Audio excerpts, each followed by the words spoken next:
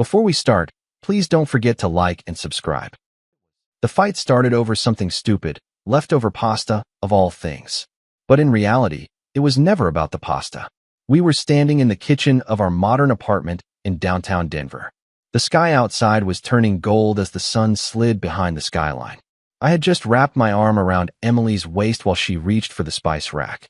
I kissed her neck, playfully, gently, but she jerked away like I'd shocked her. "Not now, Jake," she said sharply, pulling open the cabinet with a little too much force. I blinked. "Not now." I laughed, trying to play it off. It's been 2 weeks since we've—" "Don't start," she cut in, her tone razor-thin. "Don't start." I stepped back, my voice rising. "You've been dodging me like I'm some stranger off the street. Do you even notice how cold you've been?" She turned around slowly, arms crossed over her chest. Her face was blank, but her eyes, they were loaded. "I've been tired. Work's been insane. Maybe if you did more around here, I wouldn't come home exhausted." I stared at her. "Oh, so now it's my fault you won't touch me? You're not even trying anymore. You walk around like you're the only one dealing with stress. And what exactly are you doing to make things better, huh?" Her voice got louder, tighter.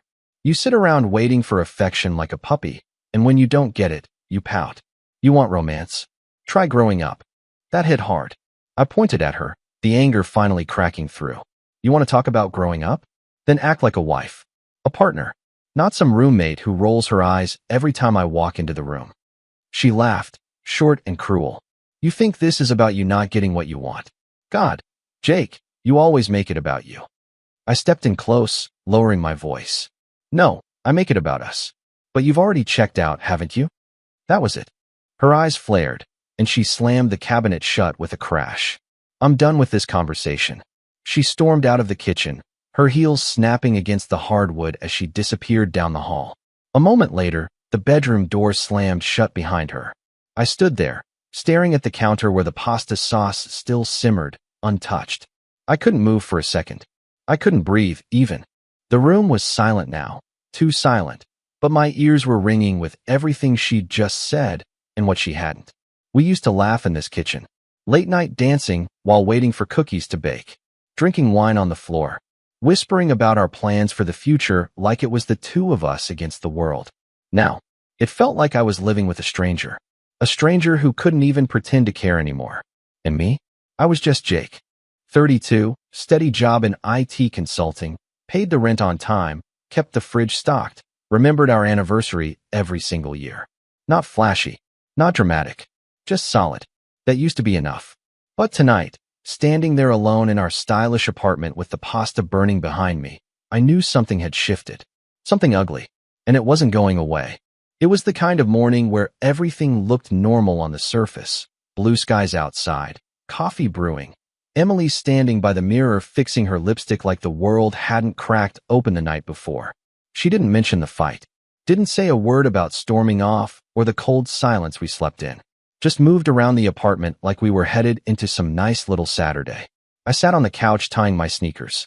She was already dressed, tight jeans, neutral blouse, that same tan purse slung over her shoulder like armor. I waited until she grabbed the keys before saying anything. She turned to me with a breezy, "Ready?" I didn't even look up. "I'm not going." Emily paused. Her smile faltered just slightly. "What?" "I'm not going to the store with you," I said, standing up. "And I'm not paying for it either." The words came out flat, measured, but they hit like a brick. She blinked. "You're serious?" "Dead serious," I replied, walking toward the coat rack, then stopping short. "Go on your own. Use your money." Her whole posture shifted. "Oh, so now you're cutting me off like I'm some leech." "No," I said calmly. "I'm just tired of pretending like we're fine. You want to live like roommates, treat me like I'm irrelevant? Fine, but don't expect me to fund the act." Emily narrowed her eyes and stepped closer. "You're being petty." "No," I said again. "I'm being honest." Her hands clenched around her purse strap. "You're punishing me because I'm not jumping into your arms after every minor inconvenience." "You think this is minor?" I laughed, short and humorless. "You shut me down. You humiliated me in our own kitchen. You don't talk to me, you don't touch me, and when I try to fix it, you treat me like a child asking for dessert before dinner." Emily's mouth opened like she had a comeback loaded, but instead, she just exhaled, slow and sharp. Then, without warning, she flung her purse down onto the entryway bench with a loud thud. "Forget it," she snapped. "I won't go either." I nodded, unfazed. "Suit yourself." "You're really doing this?" she asked, voice brittle now. "You're going to start nickel-and-diming every little thing?" "I'm just choosing where my energy goes," I said. "And right now, it's not going into a one-sided performance." She stepped back, arms crossed tight. "You're unbelievable." "No," I said, grabbing my keys and heading for the hallway. I'm finally waking up. For a moment, the only sound was the wind outside and the soft ticking of the clock above the door. She didn't move, just stood there frozen, like she'd expected me to cave, like she couldn't believe I wasn't playing along anymore. But I didn't look back. Not once. I walked out of the apartment and let the door shut gently behind me. I didn't go far, just down the block to the small park near Colfax. I sat on a bench and watched kids run around the jungle gym, parents chatting on the sidelines. A couple was walking their golden retriever. Everyone looked so normal, and for a moment, I envied them. Because inside my own home, nothing was normal anymore. Emily and I used to grocery shop together every Saturday. We'd argue about almond milk brands or which granola bars were less cardboard-like, then laugh over ice cream samples at the checkout. Today, all that felt like a memory from someone else's life. But sitting there on that bench, I didn't feel defeated. I didn't feel guilty. I felt something else. Solid. Rooted. Like something inside me had finally shifted. Like maybe, just maybe, I wasn't going to be the guy begging for scraps anymore. And that feeling? It wasn't rage. It wasn't sadness. It was resolve. Sunday mornings used to feel sacred in our home. Cinnamon coffee, socks on the couch, jazz from the Bluetooth speaker. But not this one. This one began with silence thick as fog and a couch that suddenly felt much too wide. Emily sat across from me, legs folded neatly beneath her, flipping through a magazine like nothing had been unraveling between us all week. She hadn't said a word since last night, but I'd had enough of silence. I cleared my throat. "We need to talk," I said. She didn't look up. "We're already talking." I gave a dry smile. "No, we're avoiding. There's a difference." Emily sighed and finally set the magazine down. "Jake, what do you want from me? Another apology? An emotional performance? Let's just get this over with." I leaned forward, elbows on my knees. "I want to understand how we went from partners to strangers. You say you're tired, I get that. But tired doesn't mean cruel. Tired doesn't mean shutting me out." Emily's face twitched, barely, but I caught it. "Don't turn this into a guilt trip," she said flatly. "I've been holding up everything while you pretend lighting candles makes you a good husband." That one stung. I paused. "That's what you think I'm doing? Pretending?" She shrugged. "You've been clinging to some fantasy while I've been drowning in real life." "Then talk to me about it," I said. "I'm here." Her eyes narrowed, voice cold. "Fine. You want truth? Here it is. No intimacy. For a month. Or I'm gone." I blinked. "What? You heard me," she said, rising from the couch. "A full reset. No touching, no pretending. If you can't handle that, maybe we're just done." I stood slowly. "You're making an ultimatum out of withholding love?" She raised an eyebrow. "Love?" Her laugh was brittle. "This hasn't been love in a long time, Jake." I didn't shout. Didn't beg. I just pulled my phone from my pocket and walked into the kitchen. She watched me with a confused expression, but said nothing. I tapped the screen and held it to my ear. One ring. Two. Then a soft voice. "Hello." "Hi, Melissa," I said, calm but cracked at the edges. "Can you help me?" A pause. Then, gentle and certain, "Of course, dear." From the hallway, a shuffle. I turned and saw Emily, half hidden behind the doorframe. Her arms were crossed, but her posture wasn't proud anymore. Her brows furrowed, lips parted, caught somewhere between alarm and disbelief. She hadn't expected that, and for the first time in weeks, I saw something flicker in her face that wasn't control. It was fear. I didn't say another word. I ended the call and stared at the hallway where she stood frozen. I waited for her to speak, but she didn't. She just turned and walked away, slowly.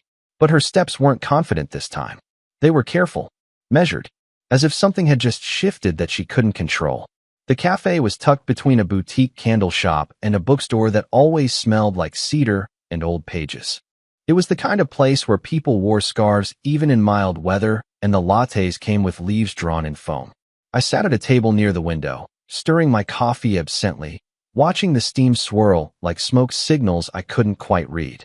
Then I saw her, Melissa, Emily's older sister.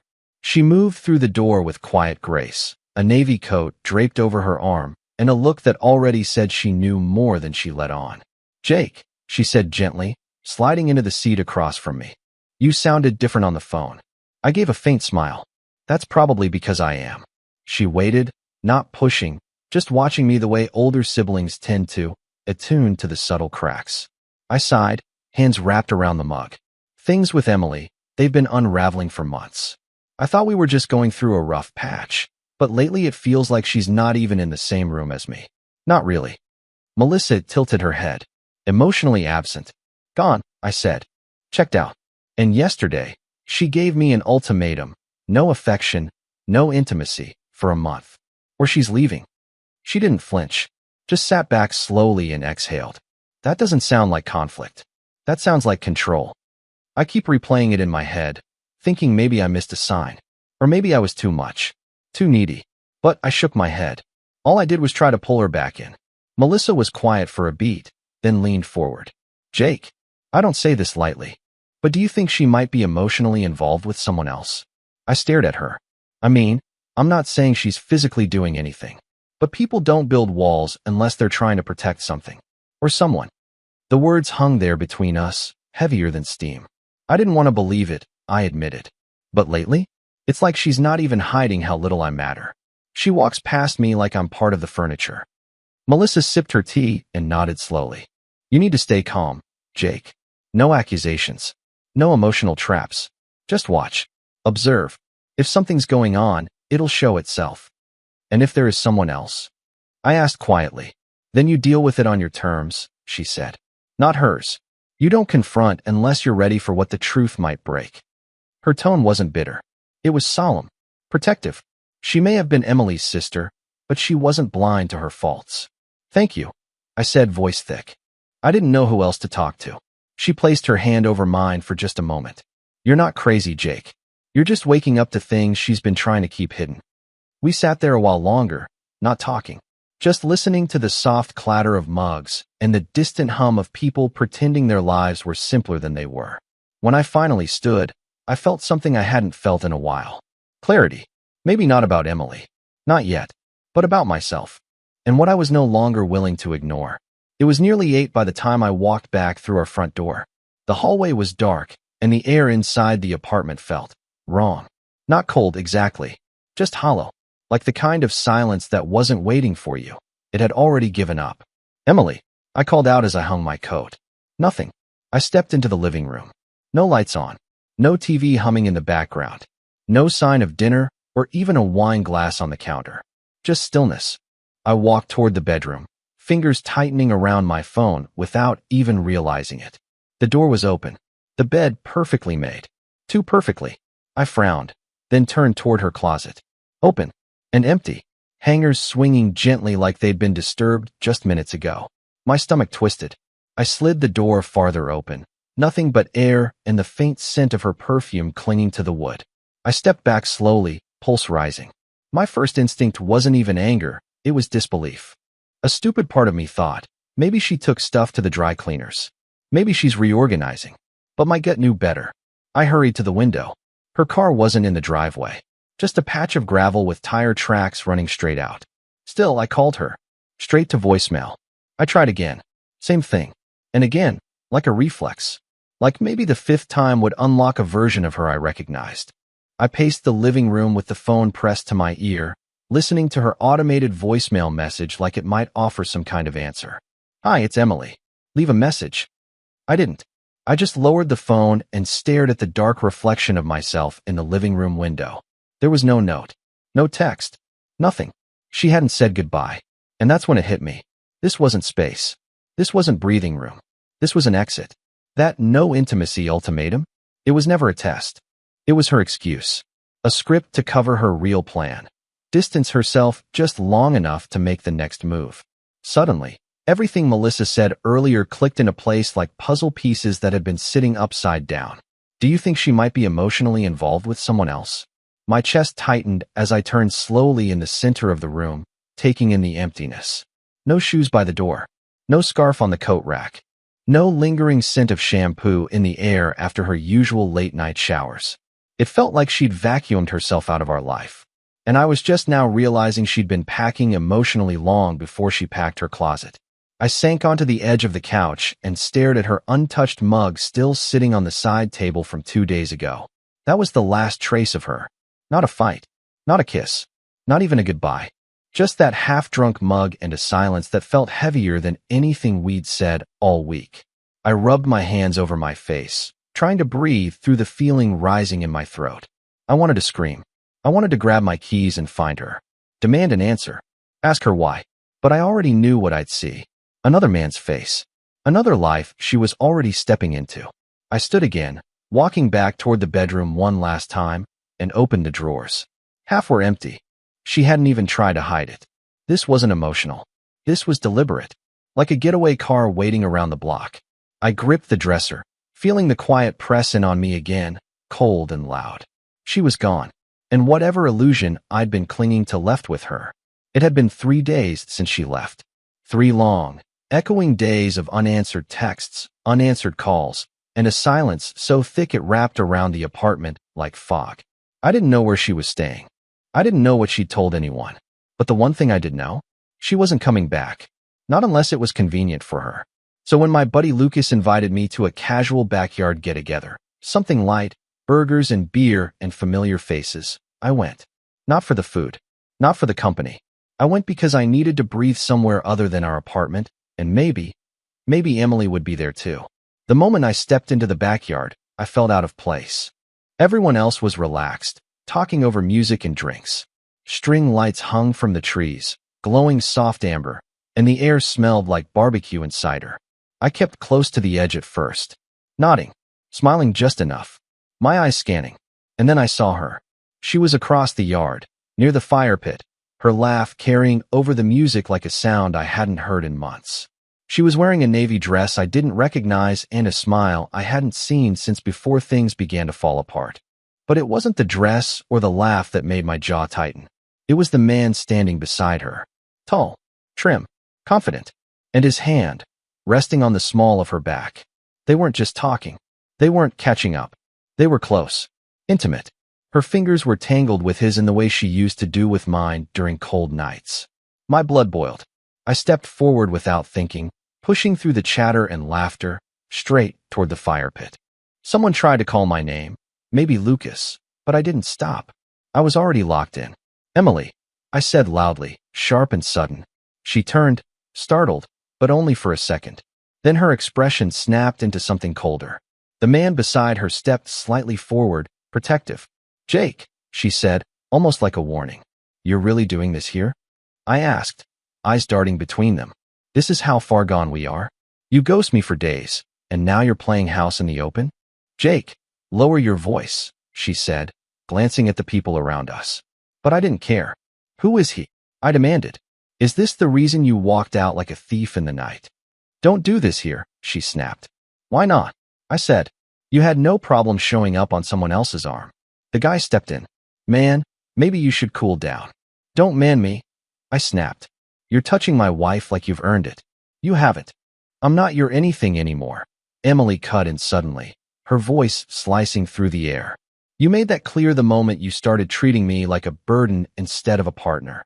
I took a step closer, heart racing. Then why didn't you end it before this? She didn't answer. Her silence was the answer. I heard the whispers ripple around us. People I knew. People we both knew, now staring at the train wreck unfolding in the glow of party lights. Lucas came up beside me, hand gently on my arm. Jake, come on. Let it go, man. I shook him off, but I didn't step closer. I didn't need to. I'd seen enough. Emily stood there, arms folded, face hard, while this stranger, this replacement, watched me like I was the problem. She wasn't ashamed. She wasn't even defensive. She was done. The kind of done you don't come back from. And in that moment, something inside me snapped clean, not from rage, but from realization. I wasn't fighting for her anymore. I was fighting for my own clarity. You didn't walk away because you were lost, I said quietly, for her and no one else. You left because you were already found. Emily flinched, just barely. But I saw it. I turned without another word, shouldering past Lucas, past the stairs, past the pity. Let them talk. Let them guess what happened. I knew. And that was enough. If you're enjoying the story, please hit the like button. Carl didn't ask questions when I showed up at his door with a duffel bag and a blank look. He just opened the door wide, nodded toward the spare room, and said, "You stay as long as you need, man. You don't owe me an explanation." That's what real friends do. I'd known Kyle since college. He was the loud one, the loyal one, the guy who'd still throw punches for the people he cared about, even if the fight wasn't his. By the end of the first night, sitting on his torn leather couch with a pizza box between us and the game playing low on the TV, I told him everything. All of it. Emily's emotional coldness, her disappearing act, the hand-holding in someone else's backyard. He didn't interrupt. Not once. When I finished, he leaned back and said, "So, are we talking war?" And I nodded. We are. The next morning, I called the first name that came to mind. A sharp, relentless divorce attorney named Megan Caro. She had a reputation for being meticulous, ruthless, and allergic to emotional manipulation. Exactly what I needed. We met in her office downtown, floor-to-ceiling windows and walls lined with legal books. She listened to my story with a kind of quiet intensity, nodding only when absolutely necessary. She left the marital home voluntarily, Megan said, taking notes. And she's already engaged in what could be construed as public infidelity. Do you have anyone who witnessed the party confrontation? I pulled out my phone. Lucas, Natalie, Reggie. Probably half a dozen people. Good. I'll need statements from each. Start gathering texts, call logs, photos if you have them. Anything that shows the timeline of separation and emotional abandonment. I'm going for full leverage. It wasn't about revenge. Not anymore. It was about reclaiming control. Emily must have sensed the shift, because 2 days later, the messages started. "Jake, can we talk? I miss you. I'm sorry. It didn't mean anything. I was confused. Please don't shut me out." There were voice notes, too. Her voice trembling, barely holding together. Little gasps between words. Sobs near the end of each sentence. But I didn't reply. Not because I was angry, but because I was done. Let her unravel. I was building my case. Over the next few weeks, Kyle helped me sort and submit every shred of evidence Megan requested. Statements poured in from our mutual friends, most of them shocked by what they saw that night. One even provided a video, shaky but clear, Emily's hand in his. Her leaning into his shoulder under the string lights. Proof. We filed for divorce with grounds. When the court date came, Emily showed up in a beige coat and tired eyes, hair tucked back like she wanted to look respectable, harmless. But Megan tore through her facade like paper. By the time we left the courtroom, the judge had ruled in my favor. I kept the apartment. Both cars. Emily was ordered to vacate within 5 business days. There was no dramatic outburst. No protest. She just sat there with her hands clasped tightly in her lap, staring down at the floor like she was trying to wake up from a dream. But this wasn't a dream. This was reality. And for the first time in a long time, it was mine again. The house felt different without her in it. Quieter, yes, but not hollow. Clean. Steady. Mine. There was no more humming from her curling iron in the morning, no scent of her perfumes layered in the closet, no passive sighs drifting down the hallway. And for the first time in months, I could actually hear myself think. I had just finished brewing coffee when I heard the front door open. No knock. No call ahead. Emily stepped in like she still had a key to the air. She wore sunglasses, though the day was overcast, and carried herself with the stubborn poise of someone pretending this wasn't the end. "I'm just here to grab a few things," she said, brushing past me. I set the mug down. "Court order gave you 5 days. You didn't use them." She turned, expression unreadable. "I didn't come to argue." "Good," I said, pointing toward the stairs. "Then you can pack. Now." Instead of moving, she folded her arms. "You don't have to be like this." "I'm not being anything," I said calmly. "Just enforcing the law you agreed to." Her jaw clenched. "I'll come when I'm ready. I'm not rushing through my own memories because you're suddenly playing tough guy."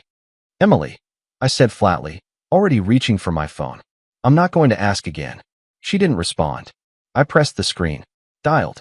"Denver PD, what's your emergency?" "Yes. I need officers to escort a former resident off my property. Divorce court ruled she must vacate." "She's refusing."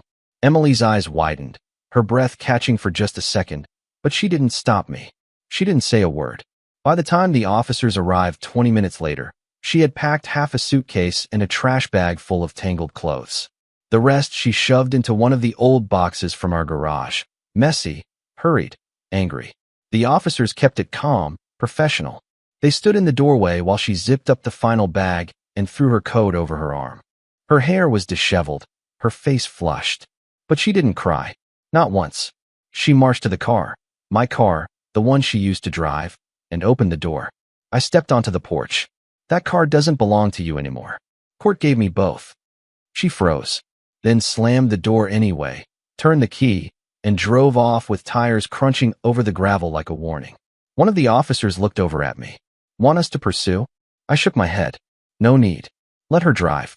He nodded, then followed his partner back to the cruiser. And I stood there in the cold wind, alone on the front porch, watching the last of her fade down the street. It didn't feel like victory. It felt like oxygen, and I breathed it in deep. I was just finishing up a call in the kitchen when I heard the unmistakable sound of tires screeching outside. Not the steady pull of a neighbor parking. Not the casual roll of delivery. No, this was rage on wheels. Seconds later, the door flew open with a crash. Emily stood in the entryway, hair damp from the rain, cheeks streaked with tears and mascara. She was shaking, but not from the cold. You had my car towed? She shouted. I stayed where I was, leaning on the counter, calm as ever. You mean the car the judge awarded to me? You're unbelievable. Her voice cracked, raw and desperate. You had it taken from the apartment complex this morning. I had groceries in the back seat. I walked toward her slowly, stopping just short of the threshold to the living room. Emily, you drove off in it after the officers told you it no longer belonged to you. What did you think was going to happen? She stepped farther in, fists balled at her sides. You're punishing me. You're taking every little thing and twisting the knife. No, I said flatly. I'm following a legal ruling. You twisted the knife, remember? She laughed bitterly, pacing in a circle. You're not even human anymore. It's like I'm talking to a stranger. I could say the same, I replied. She stopped walking and pointed a trembling finger at me. You want everyone to think you're the calm, noble victim. But you're just as cruel. You waited for the perfect moment to turn your back on me. I tilted my head. No, Emily. I turned my back the day you stopped being someone I could trust. Her lip quivered. Her voice dropped lower, more broken now. You didn't even answer my texts. Not one. Not even to say goodbye. Was that before or after you played house at Lucas's party? I asked. She blinked hard, looked away. I didn't owe you a goodbye, Emily. You already left. She threw her arms up. Fine. Be cold. Be impossible. Maybe that's why we fell apart. Because you don't know how to let anyone in unless they worship the ground you walk on. I gave a small shrug and walked toward the front door. She followed, still fuming, voice rising again. Do you feel like a man now? Taking the house, the cars, having me escorted out like a criminal? I turned back, hand on the doorframe. I didn't take anything, Emily. You handed it all away. She opened her mouth to scream something. Anything, but I beat her to it. You know, I said, voice calm but sharp. Your lover's car must be available now. Why not call him for a ride? That stopped her cold. Her face fell, like something deep inside her cracked. The fury drained, but the pain remained. She looked at me as if she couldn't decide whether to hit me or collapse. I didn't think you had it in you, she whispered. I opened the front door wide. Neither did I. She didn't move at first. Then she grabbed her soaked coat tighter around her and stepped out into the cold, the rain catching her hair and face as she walked down the steps without a word. This time, she didn't slam the door. She just left it open behind her. I closed it gently and locked it. For good. Later that week, I found myself back in the same bookstore cafe where this all started, with Melissa seated across from me, a coffee in her hand, and that same calm in her eyes that never once wavered, even when everything else did. She set down her mug with a soft clink. You look lighter, she said. I smiled faintly. I am. The corner table where we sat overlooked a quiet row of mystery novels and journals, and for the first time in weeks, I wasn't carrying the weight of someone else's mess. I just wanted to say thank you, I told her. You were the only one who didn't try to sugarcoat anything. You said it straight. Melissa leaned back, fingers curled around her cup. You didn't need sugarcoating. You needed clarity. And you found it. I nodded slowly, then glanced out the window at the soft, overcast sky. She came by again, screaming about the car. Melissa raised an eyebrow, amused but unsurprised. Of course she did. Emily never liked consequences. She called me heartless. I chuckled under my breath. I didn't even flinch. She tilted her head with a small, approving smile. And that probably hurt more than anything you could have yelled. We were quiet for a moment. Just the hum of pages turning around us, the low hiss of the espresso machine, the clatter of someone shelving books behind the counter. Then Melissa spoke again, her tone softer. I wasn't sure if I should tell you this, but she's not with him anymore. The guy from the party. I looked up slowly. She left him? No, she said. He left her. A week after the party. Word is, once it stopped being exciting and started looking like baggage, he disappeared. Just ghosted her. I nodded. No surprise. No emotion. Just quiet confirmation of what I'd already suspected. Melissa studied me. You don't even look angry. I'm not, I said. Honestly, I'm relieved. Because she got what she deserved? I smiled, but it didn't reach my eyes. No, because I didn't have to lift a finger. Karma's got better timing than I ever will. She laughed, not mockingly, just softly, like someone who understood exactly what that kind of peace costs. You've handled this better than most would, she said. A lot of men would have burned the whole thing down on their way out. I shrugged. I thought about it. But then I remembered who I am. And more importantly, who I don't want to become. She reached across the table, placed her hand gently on mine.